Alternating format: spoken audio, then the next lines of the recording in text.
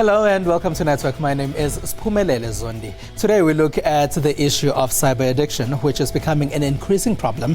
We also have information on how media outlets can avoid publishing false stories they pick up on social media. Our discussion is on MTN and Vodacom's request for over-the-top services like WhatsApp and Skype to be regulated. Difo Mohapi from iAfrican is in studio for that discussion. Find us on SABC Network on Facebook, Twitter and Instagram. News Network at SABC.co.za and email. Let's start with your social media and technology news.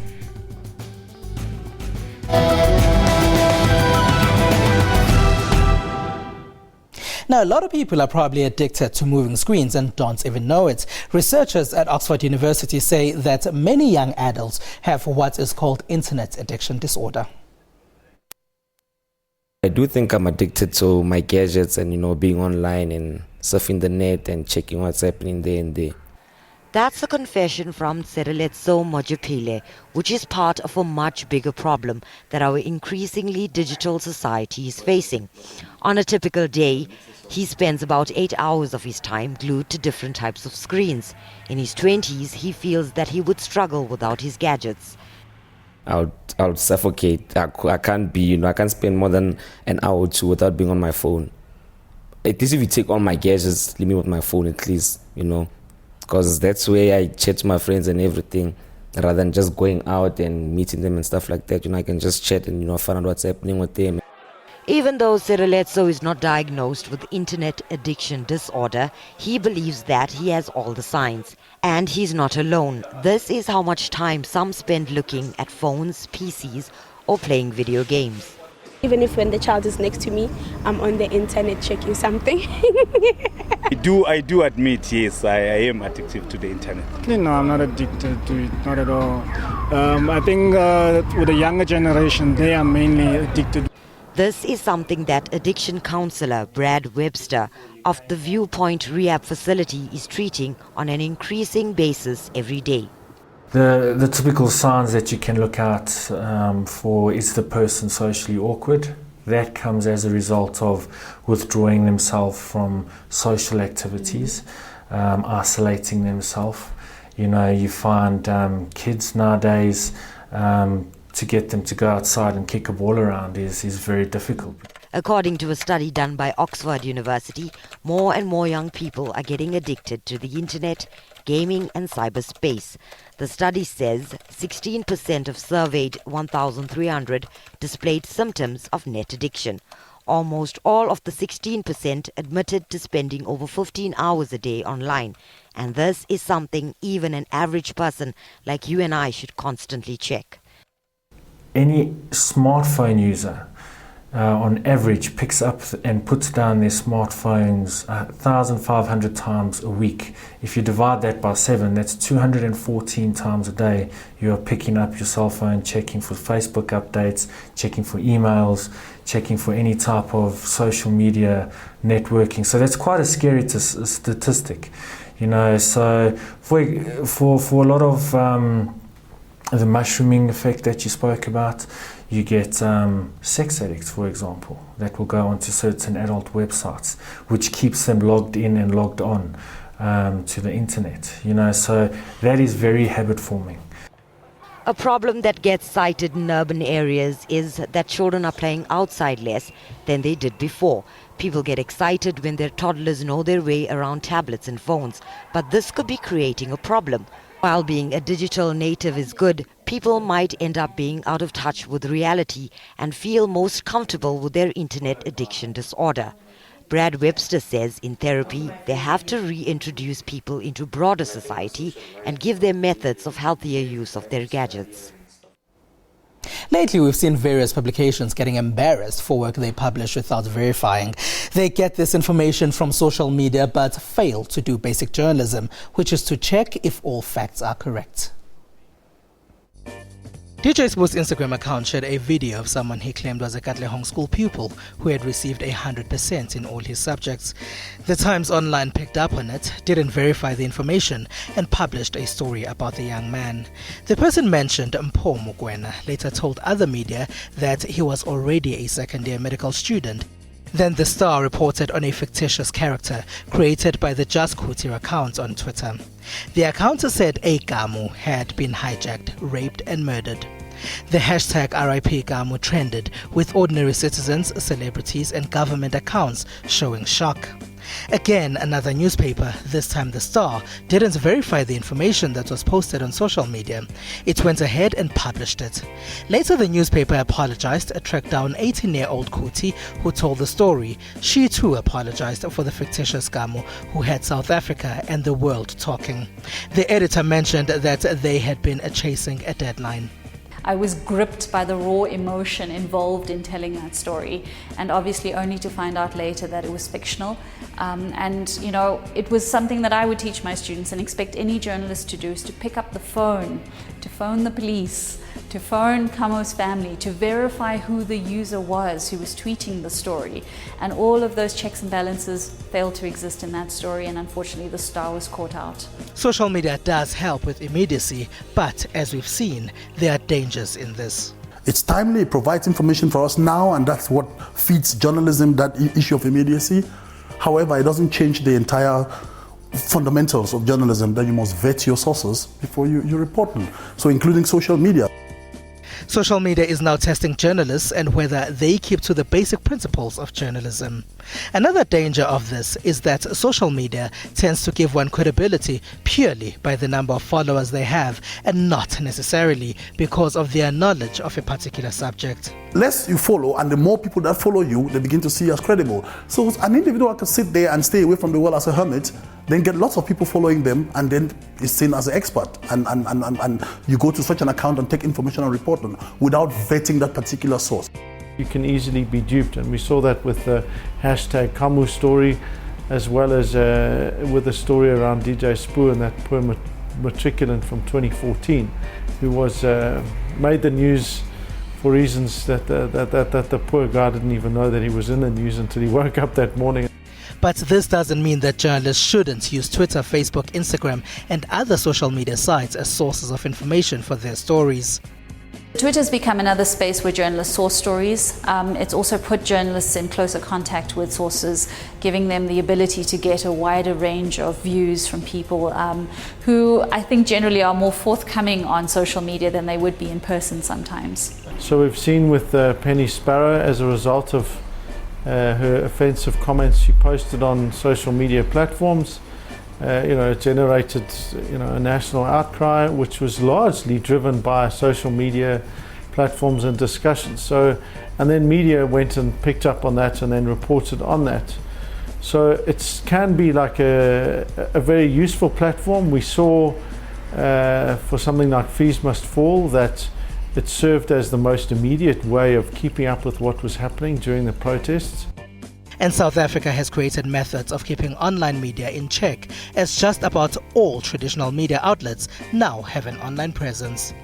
We have a new press code which accommodates for online complaints, which also deals with online. You'll know that for a very long time the South African press code was focused on print media. And now that newspapers have gone online, we have to start dealing with content that's produced for the online space. So this will make it easier for the media to be held accountable with what takes place online. Personal computer sales figures fell drastically in the fourth quarter of 2015. Researchers say that the Windows 10 operating system free upgrade played a major role in the decline.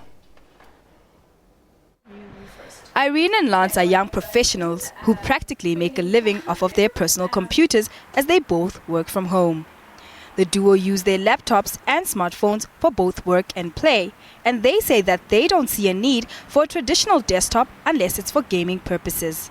I use everything, so if I'm working, I use my laptop and my phone and all of that. PC, in terms of the traditional PC, we don't use, but I think he would want to use because he's a gamer. I grew up on PC games, so for me PC is what I would stick with. But I mean, I'll play anything. A recent report by the International Data Corporation, otherwise known as the IDC, indicated a staggering decline of PC sales across the globe. According to the IDC, personal computer shipments have fallen by 10.6%. This is seen as the PC's lowest level since 2007. One of the reasons for this drop, according to the researchers, is the launch of the free Windows 10 operating system, which slowed down new computer sales. Here in South Africa, industry researchers say that the country's ailing economy is a contributing factor to the decline. There are a number of factors that are in play here. Firstly, you have other computing devices that are coming into the play, devices such as tablets and smartphones. And the other big factor is obviously the economic conditions that South Africa finds itself in. We've seen our rent declining, and generally the economy is not that good. So people are very hesitant when it comes to purchasing new computers. While the launch of Microsoft's latest operating system, Windows 10, failed to rescue the drowning PC shipment figures in 2015's fourth quarter, shipment for the Apple MacBook increased by 6.2% during the same period. However, Joseph Hlongani, IDC analyst in South Africa, says that it's not all doom and gloom for the PC market.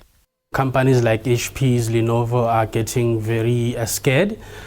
They don't know what will happen in future. But for me, it all says there is an evolution. There's a need to transform the whole industry. There's a need for new devices that are cheaper, that an ordinary person can afford. And we'll see in a long run that the whole market will pick up. Hopefully, the market will pick up sooner rather than later, so that young professionals like Irene and Lance may continue using their personal computer of choice and are not forced to jump to alternative products. Let's take a look at what's been trending in the rest of the tech world.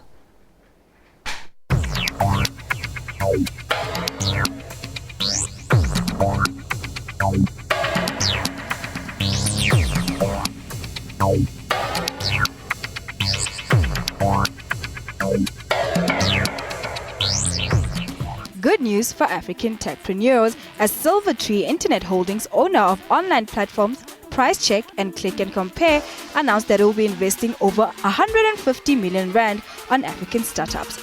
The company revealed earlier this week that it has recorded 330% per annum growth for 2015 to $10 million in revenue, its strongest year since operations began in 2013. Now for more great news for technology startups in India. The country's Prime Minister Narendra Modi launches a number of initiatives to support startups, including a $1.48 billion fund, while the co-founder of the country's largest e-commerce firm, Flipkart, says India's stock market is not ready for a big internet company listing. We will set up a dedicated fund of $1.48 billion to meet the financial requirements of startups in the next 4 years, including an allocation of $370 million every year. Right now, as we stand, I think India's markets need to be upgraded quite a bit to be able to attract, to be able to raise large amounts of funds. I think apart from that, absolutely, I think we would love to raise funds in India. We sang Happy Birthday for Wikipedia earlier this week. In celebration of its 15th anniversary, the world's free encyclopedia that anyone can edit invited its users to tell the world what the site means to them. The online encyclopedia was founded by internet pioneers Jimmy Wales and Larry Sanger, and it's the 10th most popular website in the world, with versions available in 280 or so languages.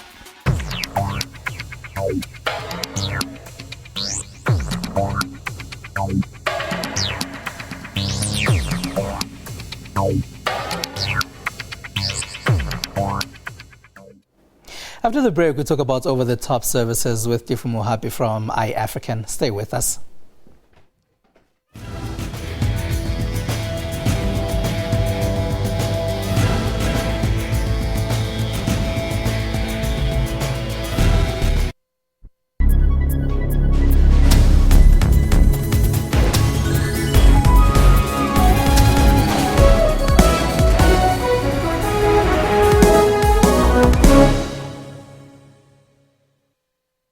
Mancosa, Southern Africa's leading distance learning institution, accredited, affordable and accessible management education programs, higher certificates, diplomas, undergraduate and postgraduate degrees. Register at Mancosa and be part of Southern Africa's leading private business school. Visit our website mancosa.co.za. Mancosa, Management Education Reimagined. All clientele funeral plans pay out within 24 hours. Plus, we will send 200 Rand free airtime to help with the necessary funeral arrangements. They start from 99 Rand per month. Important, you can cover up to 13 people on one plan. And on our Ultimate Dignity plan, you can get all your premiums back. Yes, all your money back on top of your cover amount. SMS live to 47025 and we'll call you back. SMS now.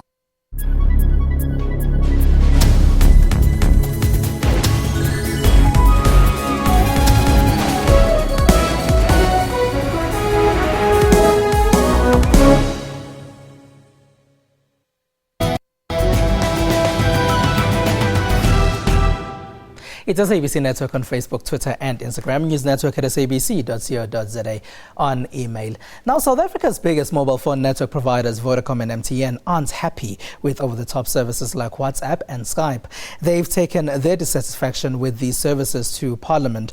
Now, Parliament's Portfolio Committee on Telecommunications and Postal Services has decided to hear what the grievances are on January 26. These organizations want these services to be regulated. They feel they are cutting into their profits as it costs almost nothing to make a Skype or WhatsApp call. The Portfolio Committee says it might decide what policy and regulatory interventions could be necessary. Now, joining us in studio to discuss this issue is Tifo Mohapi from iAfrican. Hello, and thank you for being a part of our network. Thank you. Why exactly are Vodacom and MTN unhappy? I think, just to summarize it quickly, they feel that they've got the infrastructure, the mobile telecoms infrastructure that they've invested in, and that these OTT services are just piggybacking off it and mainly eating into their voice revenues. But do they really have a leg to stand on, apart from owning the infrastructure?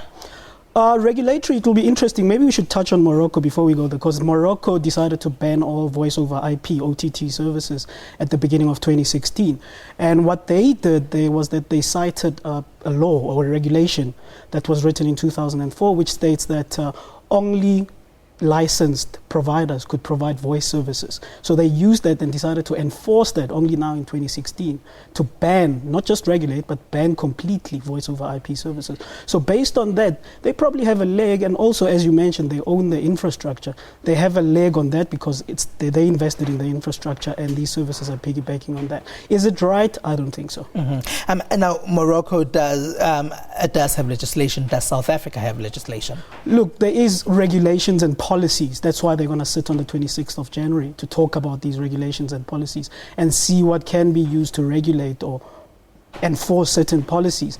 The timing is interesting. As I said, it's eating into the mobile service providers' voice revenues, mainly the voice calls. I don't think they're that much interested in the texting side of the OTT services. It's mainly on the voice side.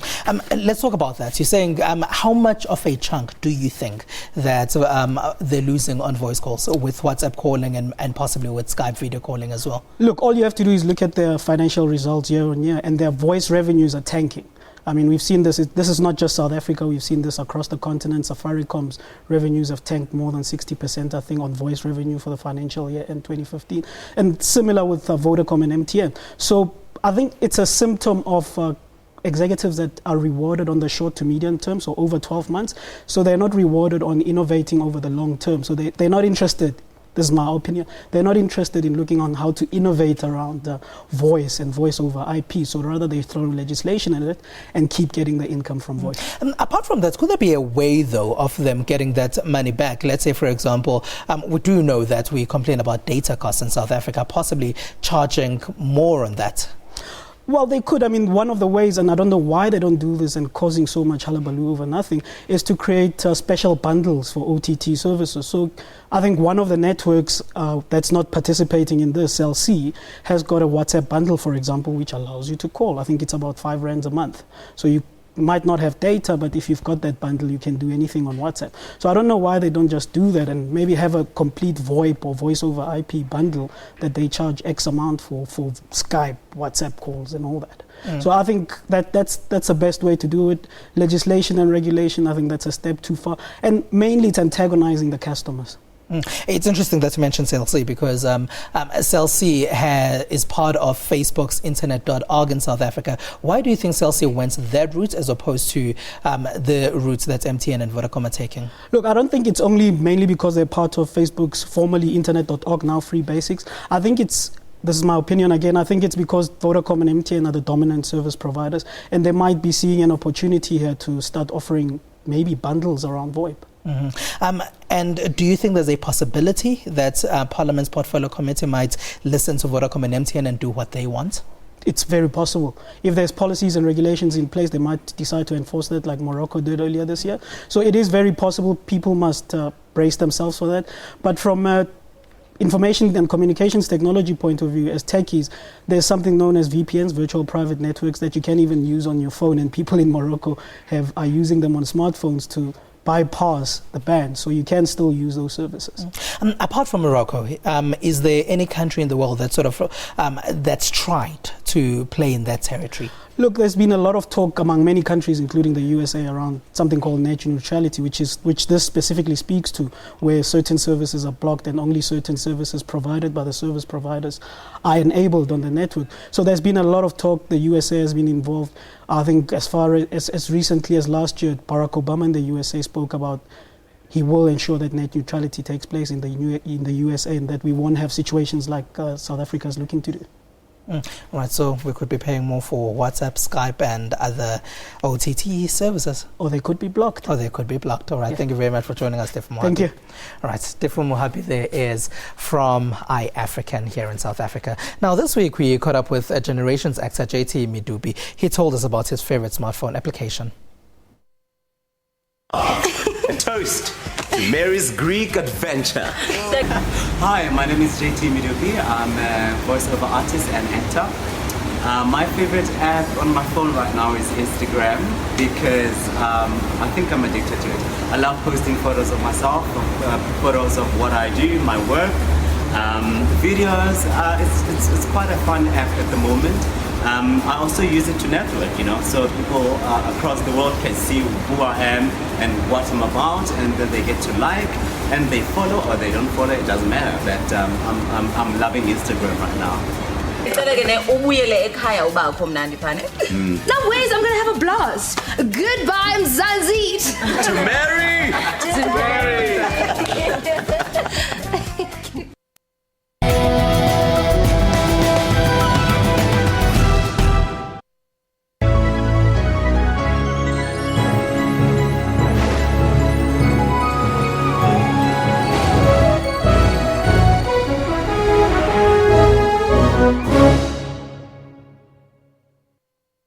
Mancosa, Southern Africa's leading distance learning institution. Accredited, affordable and accessible management education programs. Higher certificates, diplomas, undergraduate and postgraduate degrees. Register at Mancosa and be part of Southern Africa's leading private business school. Visit our website mancosa.co.za. Mancosa, management education reimagined.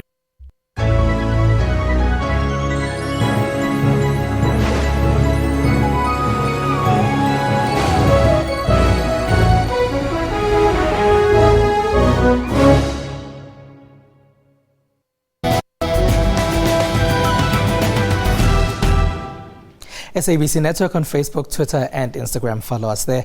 Now, virtual reality is said to be a trend that will grow in 2016. So tonight we look at an app that blends social networks and virtual reality.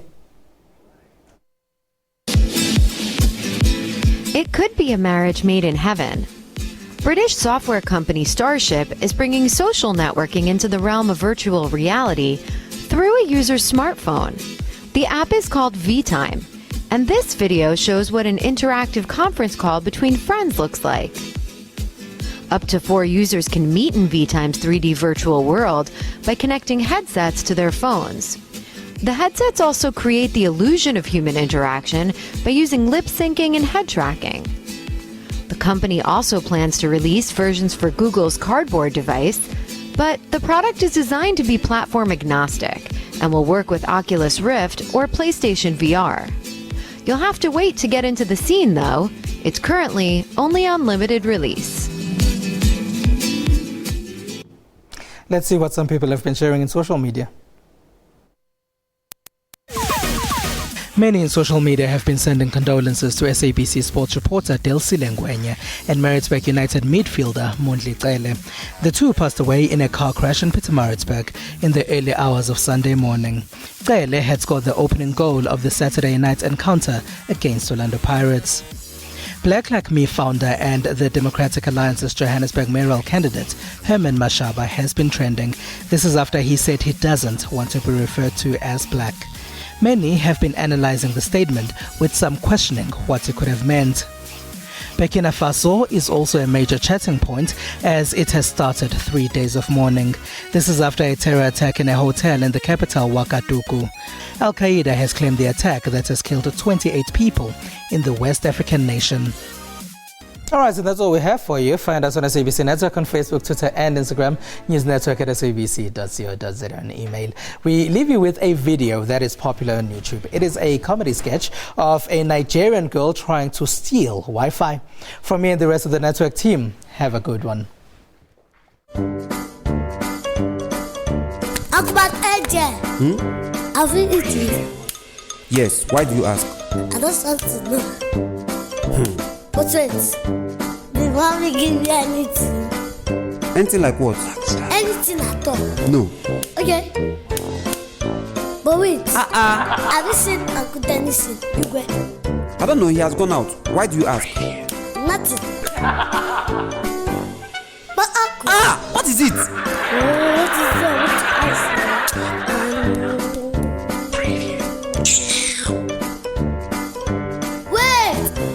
What? Stand there. You're using your Wi-Fi to download videos. Hey! Shh! Stop it. Respect yourself. Hey! Stop download! Stop download! Hey, my Wi-Fi! My data! Sorry, gentlemen, ladies and gentlemen, we have been banned.